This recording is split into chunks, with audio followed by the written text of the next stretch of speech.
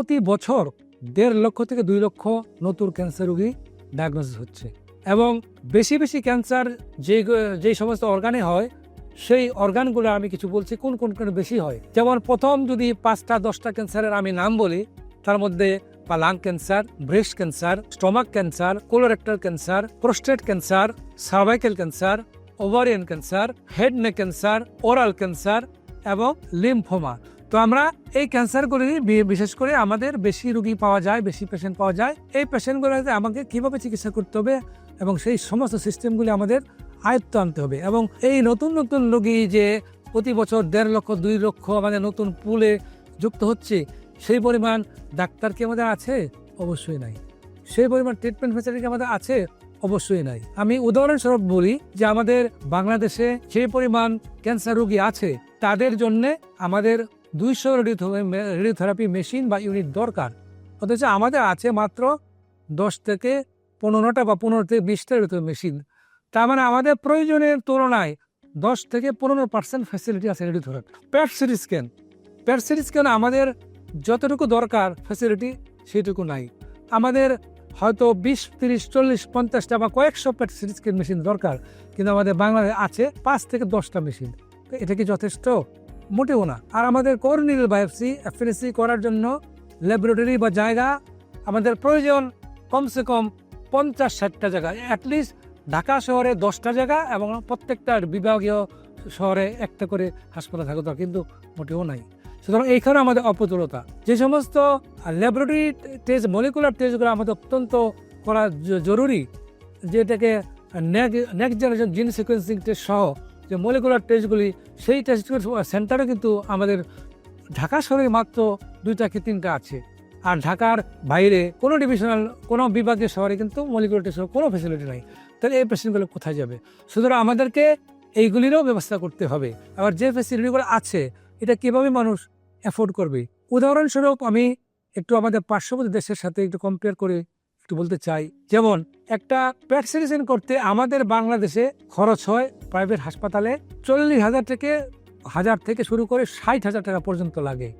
অথচ এই একই জিনিস আমাদের পার্শ্ববর্তী দেশে খরচ হয় মাত্র 15 থেকে 20,000 টাকা, মানে 2 থেকে 3 গুণ খরচ কম হয় বা 2 থেকে 3 গুণ বেশি খরচ হয় আমাদের দেশে। শুধু তাই না, রেডিওথেরাপি আমাদের পেশেন্টরা যদি যায়, যাদের রোজ দরকার 7 দিনের মধ্যে সময় পায় 3 মাস পরে, এরকম কি করবে? হ্যাঁ, এই পেশেন্টগুলি চিকিৎসা ছাড়া মারা যায়, অথবা যাদের অ্যাফোর্ড করতে পারা তার পার্শ্ববর্তী দেশে চলে যায়। এবং এটাও খুবই কস্টলি, এত কস্টলি যেটা আমাদের রোগী অ্যাফোর্ড করতে পারে না। আর সার্জিক্যাল অঙ্কোলজির ব্যাপারটাও, এই যতই বেশি সার্জারি করবে ততই বেশি এক্সপার্ট হবে। বিশেষ ব্রেস্ট সার্জারি আমাদের দেশে ভালো হয়, কোলোরেক্টাল সার্জারি ভালো হয়, হেড নেক সার্জারি কোনো জায়গায় ভালো হয়, বাট এখনও পর্যাপ্ত হয় নাই। এবং সকল ধরনের brain surgery, brain cancer surgery আমাদের দেশে এখনও সেই পরিমাণে ডেভেলপ করে ওঠে নাই।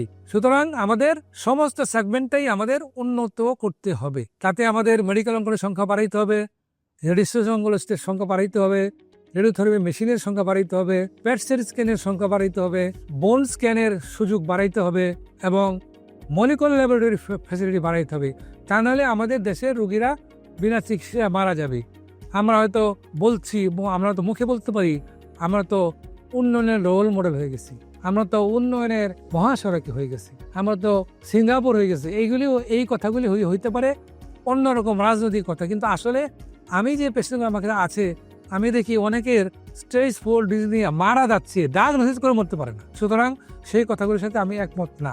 আমাদের অবশ্যই বাস্তবমুখী কথা বলতে হবে, আমাদের অবশ্যই চেষ্টা করতে হবে আমাদের ক্যান্সার ট্রিটমেন্ট যেন অত্যন্ত সহজলভ্য হয় এবং সমস্ত ট্রিটমেন্ট যেন আমাদের দেশে অ্যাভেলেবল হয়।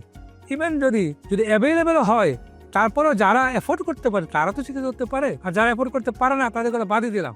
কিন্তু যে অ্যাফোর্ড করতে পারে সেও কিন্তু এখন বিদেশে গিয়ে, ভারতে গিয়ে, সিঙ্গাপুরে গিয়ে, থাইল্যান্ডে গিয়ে টাকা করে দিয়ে আসে। সুতরাং আমাদের অবশ্যই এই ফ্যাসিলিটি বাড়াইতে হবে, বুঝতে হবে।